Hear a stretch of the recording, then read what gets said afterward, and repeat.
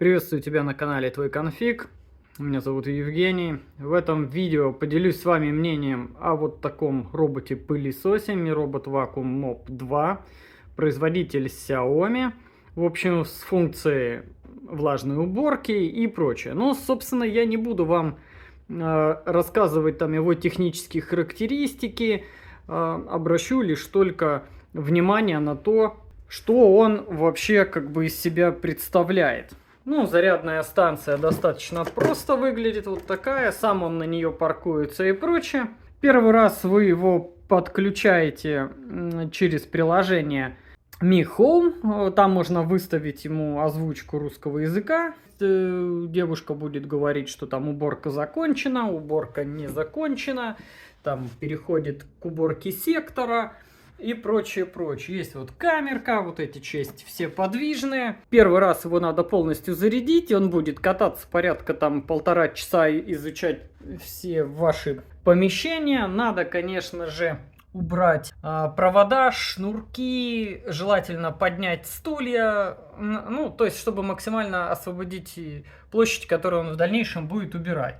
И, собственно, он рисует вам карту. Потом вы эту карту можете разграничивать через приложение и, соответственно, назначать ему уже темпы уборки. По поводу уборки есть влажная уборка, то есть там резервуар, он водичку капельным путем на эту тряпочку.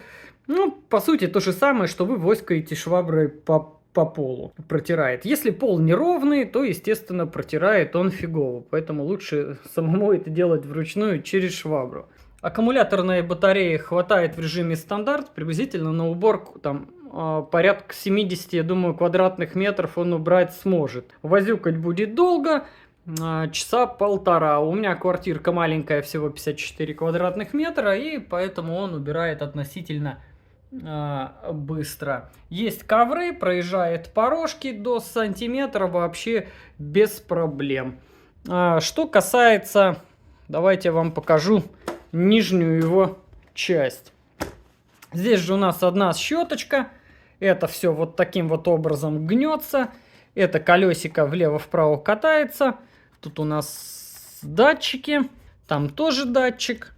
И тут еще 2 датчика. Они, кстати, пылятся. Их по-хорошему надо протирать. Вот эта штука вот таким образом снимается. Здесь у нас есть щеточка. Вот видите, кстати. Когда женщина говорит, что у меня волосы не лезут, видите, что происходит? По-хорошему, после каждой чистки надо вот это все чистить, потому что щеточка потом портится, наматывает волосы и вот сюда. Их отсюда, кстати, достаточно тяжело вытаскивать, если с этой стороны все понятно. Как полноценный пылесос его, наверное, сложно использовать в силу того, что, ну, мощности не те, и, соответственно, как бы идеально он не убирает. Но, допустим, раз в 2 дня запускать по квартирке, чтобы убирал какой-то песок, какие-то крошки там и прочее. Вот у меня есть котик. Вот такой. От котика очень много, на самом деле, грязи. Хотя вот так на него посмотришь. Латя, от тебя очень много грязи. Всякого стружка там, с туалета кота. В общем, он с этим делом всем справляется. Открываем же вот эту крышечку. Здесь мы видим индикатор Wi-Fi, то есть он подключается к сети 2.4, по 5 ГГц он не работает. Здесь кнопочка можно сбросить Wi-Fi сеть. Зачем это нужно, непонятно. Специально не стал вытряхивать мусор, чтобы вы увидели, как это все происходит. Нажимаем сюда, берем вот так и вытаскиваем. Здесь у нас пылевой фильтр стоит, его можно обдуть, ну, желательно, я думаю, компрессором. Собственно, набивает он вот так. Это вот, грубо говоря, за 3 дня скопилось. То есть рекомендую им пользоваться хотя бы раз в 2 дня. Так не замечаешь, но, как показывает практика, жизнедеятельность человека, она достаточно грязная. Ну и, собственно, это вытряхнул. Ставил вот сюда, щетки почистил. И все. Паркуется он сам. Вставляется все тут достаточно просто.